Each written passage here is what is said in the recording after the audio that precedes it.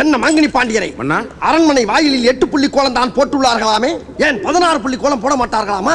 வீணாக என் வாளுக்கு விளை வைத்து விடாதீர்கள். அண்ணா, கோலத்திற்கெல்லாம் வாளை தூக்க வேண்டாம். இது போன்ற சிறிய விஷயங்களை என் பொறுப்பில் விட்டு விடுங்கள், நான் பார்த்துக் கொள்கிறேன். அண்ணா, என்ன வல்லவராயனிடமிருந்து ஓலையோடு புறா வந்துள்ளது.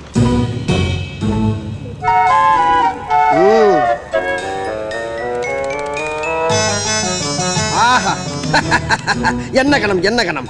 மங்கினி பாண்டியரை அண்ணா, இன்று மதிய உணவுக்கு இதை தயார் செய்து விடுங்கள். சற்று நெய்யை தூக்கலாக ஊற்றி நன்கு சிவக்கும்படி வறுத்து விடுங்கள். உத்தரவு அண்ணா. அண்ணா, ஓலை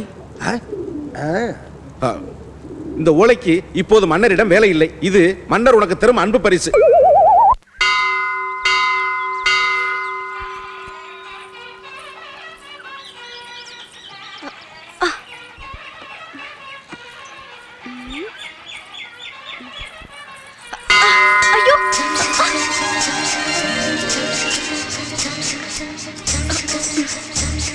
ஏது மணி அடிக்க விருப்பமா அல்லது மற்றவரை இடிக்க விருப்பமா?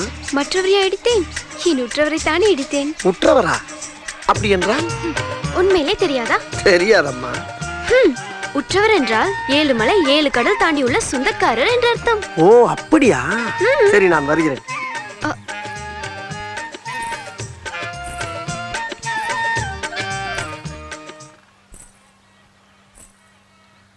என்ன தஞ்சாவூர் பொம்மை போல் தலையாட்டிக் கொண்டே வருகிறீர்கள்? உன் கொலுசு தரும் ஓசையை வைத்து அதனுடைய வடிவத்தை கணிக்கிறேன். என்ன காலே தெரியல, எப்படி கணிச்சீங்க? சொல்லட்டுமா? நீ அணிந்திருப்பது 2 அடுக்கு கொலுசு. 2க்கும் நடுவே 16 தாமரைகள், அதற்கு மேலே 32 முத்துக்கள், கொக்கி மாட்டும் இடத்தில் 2 அன்னப்பறவைகள். சரியா?